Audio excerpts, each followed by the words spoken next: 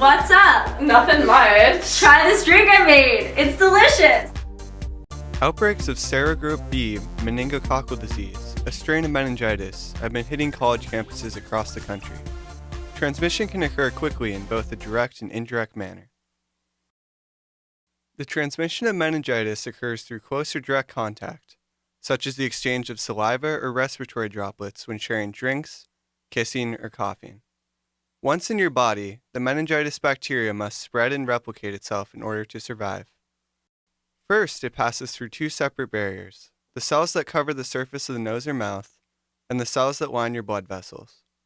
Once past these barriers, the bacteria can easily be absorbed into your bloodstream, allowing it to access other areas of your body. Oh my gosh, I've been feeling so horrible since the party. I have a fever. I don't know if I have a cold or something. I just feel awful. How do you feel? I feel fine. Maybe you're just hungover. Once in your blood, the meningitis bacteria can get past the barrier, separating your blood vessels from your internal organs, specifically your brain. This happens when the bacteria interact with proteins from your own body that are responsible for binding the cells that line your organs. This cell layer is called the endothelial barrier. The proteins of the endothelial barrier are like the concrete that stabilizes the bricks making up the outer walls of your organs. By taking control of these proteins, the bacteria is depleting the concrete supply. This makes the barrier more penetrable, allowing the bacteria to travel across it and gain access to the fluid that fills the space between your brain and your skull, called the cerebrospinal fluid. Gabby, I've been feeling horrible lately. My neck is so sore and I'm so exhausted, all the time. I even slept through molecular. I know, you missed the best pipe cleaner activity. I don't know, maybe I should go to the health center.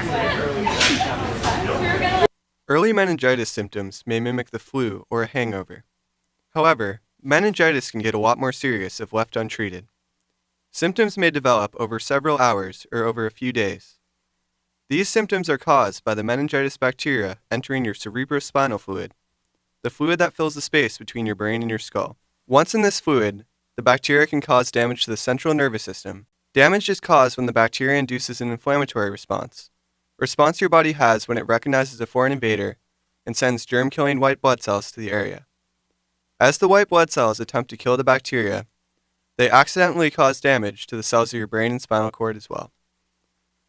From the cerebrospinal fluid, the bacteria can also travel further into your brain. This again occurs through the use of your body's proteins, or cell concrete, similar to how the bacteria originally got from the bloodstream to the cerebrospinal fluid. Invasion of the brain causes inflammation of the three cell layers that enclose the brain and spinal cord, called the meninges. It's a good thing you came to me now. Your spinal tap test did come in and you did test positive for meningitis.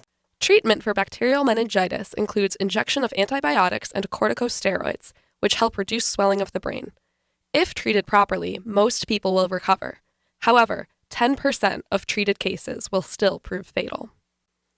Complete signs and symptoms include fever, stiff neck, headache, confusion, sensitivity to light, nausea, or vomiting, seizures, and death.